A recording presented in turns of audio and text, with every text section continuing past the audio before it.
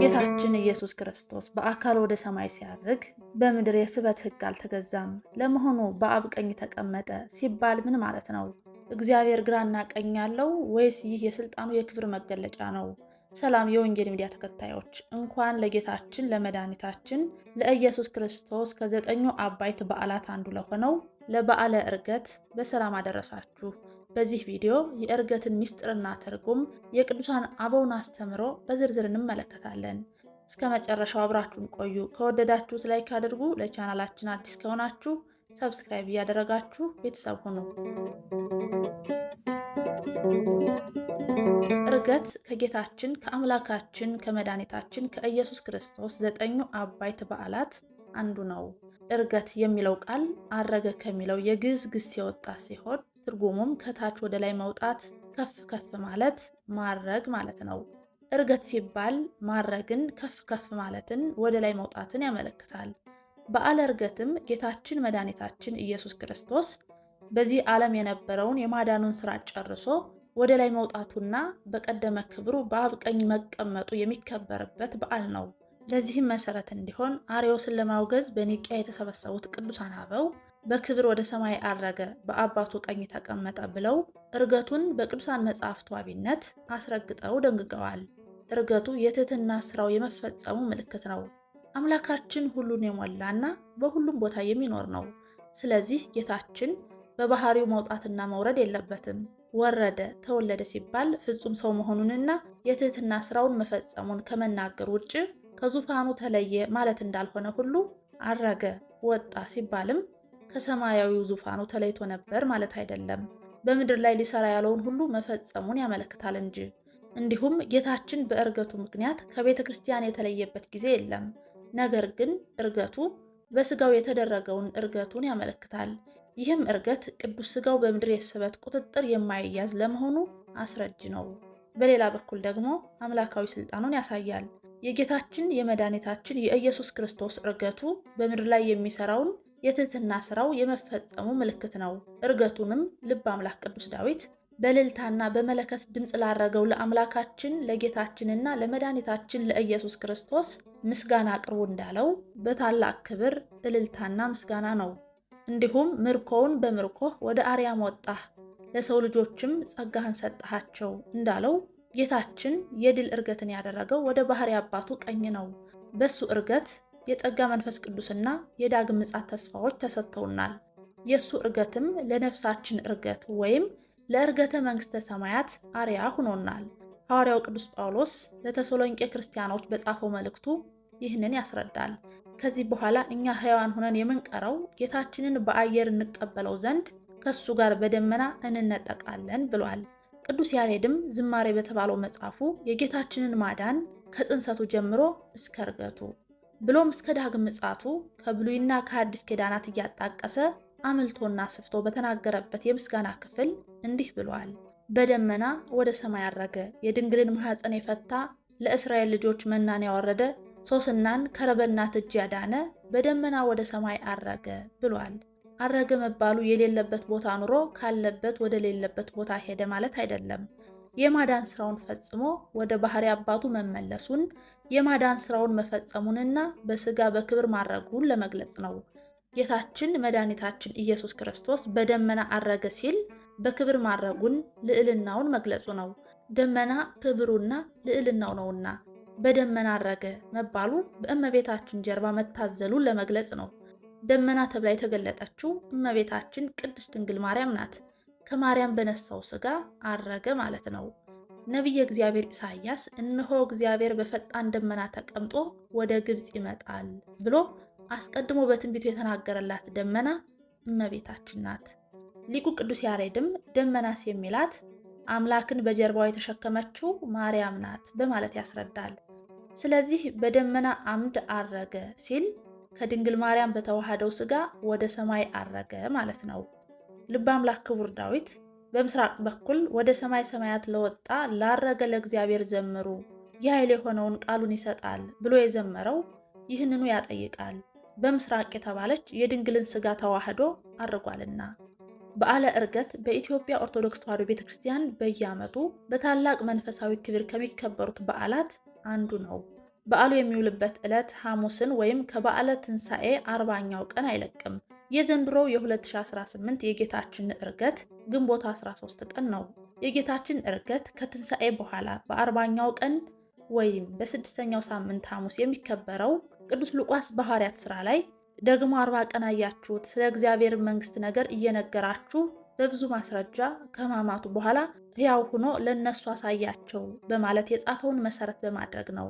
ቤተ ክርስቲያንም ይህንን ትምህርት ኪዳን ብላ ትጠራዋለች። ጌታችን መድኃኒታችን ኢየሱስ ክርስቶስ ከሙታን ተለይቶ ከተነሳ በኋላ ለሐዋርያት የነገራቸው መጽሐፈ ኪዳን ይባላል። ዕርገቱም የተፈጸመው ስለ ምጽአቱ ባስተማረበትና ዳግም ይመጣል ተብሎ በሚጠበቅበት በደብረ ዘይት ተራራ ነው። ወንጌላዊው ቅዱስ ሉቃስ ይህንን እስከ ቢታንያም አወጣቸው፣ እጆቹንም አንስቶ ባረካቸው፣ ሲባርካቸውም ከእነሱ ተለየ፣ ወደ ሰማይ አረገ ብሏል በወንጌሉ። እንዲሁም በዚያን ጊዜ ደብረ ዘይት ከሚባለው ተራራ ወደ ኢየሩሳሌም ተመለሱ። እሱም ከኢየሩሳሌም የሰንበት መንገድ ያክል የራቀ ነው ብሎ በሐዋርያት ሥራ ምዕራፍ 1 ቁጥር 12 አስፍሮታል። በልደቱና በትንሣኤው የተገኙትና ለሰው ልጆች መልካሙን ዜና ያበሰሩት ቅዱሳን መላእክት በዕርገቱም ተገኝተው ለ11ዱ ሐዋርያት የዳግም ምጽአቱን ነገር አስታውሰዋቸዋል። ቅዱስ ሉቃስ ይህንን ሲገልጽ እሱ ሲሄድ ወደ ሰማይ ትኩር ብለው ሲመለከቱ ሳሉ እነሆ ነጫጭ ልብስ የለበሱ 2 ሰዎች ባጠገባቸው ቆሙ። የገሊላ ሰዎች ሆይ ወደ ሰማይ እየተመለከታችሁ ስለምን ቆማችኋል? ይህ ከእናንተ ወደ ሰማይ የወጣው ኢየሱስ ወደ ሰማይ ሲሄድ እንዳያችሁት እንዲሁም ይመጣል አሏቸው ይላል። ቅዱስ ዮሐንስም እንደተናገረው እሱ ዳግም ሲመጣ ሐዋርያቱ ብቻ ያይደሉ የወጉት ጭምር ያዩታል ብሏል። የጌታችን ዕርገት በመርቀቅ ወይም በርቀት ሳይሆን ቀስ በቀስ ሐዋርያት እያዩት በመራቅ ነው። ቅዱስ ሉቃስ ይህንን ሲያስረዳ ይህንን ከተናገረ በኋላ እነሱ እያዩት ከፍ ከፍ አለ፣ ደመናም ከዓይናቸው ሰውራ ተቀበለችው በማለት ገልጿል። ይህም የሚያመለክተው የሚታይ የሚዳሰስ ሥጋውን ይዞ እንዳረገ ነው። ቅዱስ ጎርጎርዮስ ዘእንዚናዙ በቅዳሴው በአካል ወደ ሰማይ ባረክበት ዕርገትህ እንዳለው በአካል ነው ወደ ሰማይ ያረገው። ሊቁ ቅዱስ ዮሐንስ አፈወርቅም በቅዳሴው በዝች ሥጋ በመለኮት ኃይል ወደ ሰማይ ወደ ቀደሙ አኗኗሩ አረገ ያለው ይህንን ለማመልከት ነው። ይህን ሲያብራራም ሕማም የሚስማማው ግዙፉ ሥጋን ተዋህዶ ሳለ ከስቅለቱ አስቀድሞ በባህር ላይ ከሄደ ዛሬ ነፋስን ከፍሎ ሲያደርግ ቢታይ ማን ይጠራጠራል? ሥጋው አልተለየውምና በማለት ጌታችን መድኃኒታችን ኢየሱስ ክርስቶስ ከሞቱና ከትንሣኤው አስቀድሞ በውሃ ላይ እንደተራመደ ሁሉ በለበሰው ሥጋ ወደ ሰማይ ማድረግም እንደሚቻለው አስረድቷል። ቅዱስ ሉቃስም እያዩት ከፍ ከፍ አለ ማለቱ በእርግጥ ዕርገቱ በአካል እንደሆነ ያስረግጥልናል። ምክንያቱም ሰው መለኮትን መመልከት አይችልምና። ሊቁ አባ ጊዮርጊስ ዘጋስጫም ስለ ጌታችን ዕርገት እንዲህ ብሏል። በደብረ ዘይት ከደቀ መዛሙርቱ ጋር ሲመገብ እጁን በደቀ መዛሙርቱ ላይ አኖረ፣ እያንዳንዳቸውንም ባረካቸው። ከዚያም የእሳት ደመና ተቀብለው ከእነሱም ሰወረው። በጨርቅ የጠቀለሉት ይህ ሥጋ በኪሩቤል ክንፎች ተጋረደ። በጉልበት ያቀፉት ይህ ሥጋ በእሳት ሰረገላ ተቀመጠ። በዚህ ዓለም የተራበና የተጠማ ይህ ሥጋ እህል መብላት፣ ወይን መጠጣት፣ ውሃ መጠጣት ወደ ማይሻበት ወደ አርያም ከፍታ ወጣ። በሊቀ ካህናቱ አገልጋዮችና በጲላጦስ አደባባይ ራቁቱን የቆመው ይህ ሥጋ በምስጋና መብረቅ ተሸፈነ፣ በእሳት ደመናም ተጋረደ። ጉንጮቹን በጥፊ የተመታ ይህ ሥጋ ከፍ ከፍ አለ ብሏል። ቅዱስ ማርቆስ የጌታችንን ዕርገት በገለጸበት አንቀጽ ጌታችን ኢየሱስም ከተናገራቸው በኋላ ወደ ሰማይ አረገ፣ በአባቱ በእግዚአብሔር ቀኝ ተቀመጠ ብሏል። ወደ ሰማይ የሚለው ቃል ወደ ሰማየ ሰማያት ማለት ነው። ይህም ሶሎሞን የእግዚአብሔርን ቤተ መቅደስ በሚሰራበት ወቅት በጸለየው ጸሎት ውስጥ እግዚአብሔርን በውኑ እግዚአብሔር ከሰው ጋር በምድር ላይ ይኖራልን? እነሆ ሰማይ ከሰማያት በላይ ያለው ሰማይ ይይዝህ ዘንድ አይችልም፣ ይልቁንስ እኔ የሰራሁት ቤት እንዴት ያንሳል ብሎ በጸለየው ይታወቃል። አረገ የሚለው መላእክት አሳረጉት አላለም። በራሱ ኃይልና ስልጣን ማድረጉን ያሳያል። ከጌታችን በቀር በራሱ ኃይል ያረገ የለም። ሌሎች ቅዱሳን ለምሳሌ ኤልያስና ሄኖክም ቢሆኑ እግዚአብሔር አሳረጋቸው እንጂ በራሳቸው ስልጣን አላረጉም። ኢትዮጵያዊው ሊቅ አባ ጊዮርጊስ ዘጋስጫም ይህንን የእግዚአብሔር ልጅ ግን ያለ መሰላል በሚንቦገቦግ ደመና አረገ፣ መለኮቱ ይተጋለታልና ወደ አያትም ነጥቆታልና ነገደ መናብርት ሊያሳርጉት አልመጡም። እሱ ራሱ በመለኮቱ ኃይል አብን ተካክሎ በቀኝ በኩል ተቀመጠባቸው ሲል ገልጿል። ቅዱስ ያዕቆብ ዘስሩግም ስለ ዕርገት በተናገረበት አንቀጽ በራሱ ስልጣን ተነሳ፣ እሱን ያስነሳው ማንም አይደለም፣ በሚያርግ ጊዜ ማንም እሱን ያሳረገ የለም ብሏል። ኤልያስን አስመልክቶ ዕርገቱ በጌታ አማካኝነት የሆነና እንዲያርግ ያደረገው ጌታ ነው። ከዚህም የተነሳ በሰረገላና በእሳት ፈረስ የከበረ ስነ ስርዓት ተደረገለት። ምክንያቱም ወዳረገበት ቦታ ራሱ ማድረግ አይችልምና። ጌታችን ግን እንደተጻፈው ተለየ።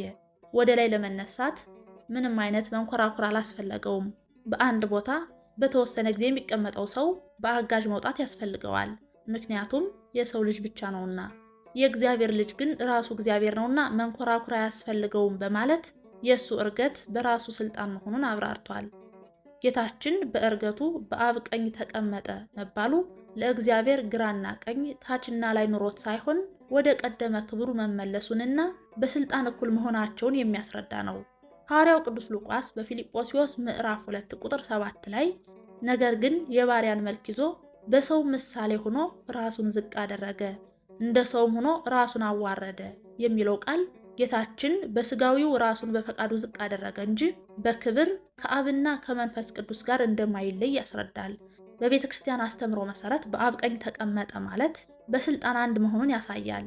ስለዚህም ነቢዩ ዳንኤል በትንቢቱ በሌሊት ራእይ አየሁ፣ እነሆ የሰው ልጅ የሚመስል ከሰማይ ደመና ጋር መጣ፣ በዘመናት ወደ ሸመገለው ደረሰ፣ ወደፊትም አቀረቡት፣ ወገኖችና አሕዛብ በልዩ ልዩ ቋንቋ የሚናገሩ ሁሉ ይገዙለት ዘንድ ግዛትና ክብር መንግስትም ተሰጠው፣ ግዛቱም የማያልፍ የዘላለም ግዛት ነው፣ መንግስቱም የማይጠፋ ነው ሲል ተናግሯል። ስለዚህ ጌታችን መድኃኒታችን ኢየሱስ ክርስቶስ በአብ ቀኝ ተቀመጠ ስንል በክብርና በልዕልና ከአብ ጋር እኩል ነው ማለታችን ነው። ይህም ከተዋህዶ በፊት ደካማ በደለኛና ውርደት ይስማማው የነበረው የኛ ስጋ ከተዋህዶ በኋላ ጸጋን የሚያድል እውነተኛ ፍርድን የሚያደርግ ከአብ ከመንፈስ ቅዱስ ጋር እኩል ስልጣን ያለው እውነተኛ ፈራጅ አምላክ እንደሆነ ለመግለጽ እንጂ በመለኮቱስ ከአብ ስልጣን ጋር ዝቅ ያለበት የአይን ጥቅሻ ያክል ጊዜ እንኳ የለውም። ቀኝ የሚለው ቃል ኃይልን፣ ቅድስናን ወይም ክብርን የሚያመለክት ነው። ኃይልን ከመግለጽ አኳያ ነቢየ እግዚአብሔር ቅዱስ ዳዊት የእግዚአብሔር ቀኝ ኃይልን አደረገች ሲል ተናግሯል። ክብርንም ከመግለጽ አኳያ ጻድቃንን በቀኙ ያቆማቸዋል እንላለን። ስለዚህም የእግዚአብሔር ቀኝ ማለት የእግዚአብሔር ኃይል፣ ጽድቅና ክብር ማለት ነው። ይህም በብዙ የመጽሐፍ ቅዱስ ክፍሎች ውስጥ ሰፍሮ ይገኛል። የጌታችን የኢየሱስ ክርስቶስ ትንሣኤው በተስፋ ለምንጠብቀው ትንሣኤያችን አርያ እንደሆነ ሁሉ ዕርገቱም ለዕርገተ ነፍሳችንና መንግሥተ ሰማያትን ለመውረሳችን አርያና ምሳሌ ነው። እግዚአብሔር ወልድ የጻድቃንን ዕርገት ያስገነዝብ ዘንድ አረገ። ከኛ የተዋህደውን ሥጋ በዕርገቱ ከአባቱ ቀኝ በእግዚአብሔርነቱ አስቀመጠው። ክርስቲያኖች በሰማያት ስፍራ ከጌታችን ከኢየሱስ ክርስቶስ ጋር አብረን እንደምንቀመጥ የጌታችን ዕርገት ያረጋግጥልናል። የጌታችን ዕርገት አይነ ልቦናችንን እሱ ወዳለበት መንግሥተ ሰማያት ይመራል። ቅዱስ ጳውሎስም ይህንን ሲያስረዳ እንዲህ ብሏል።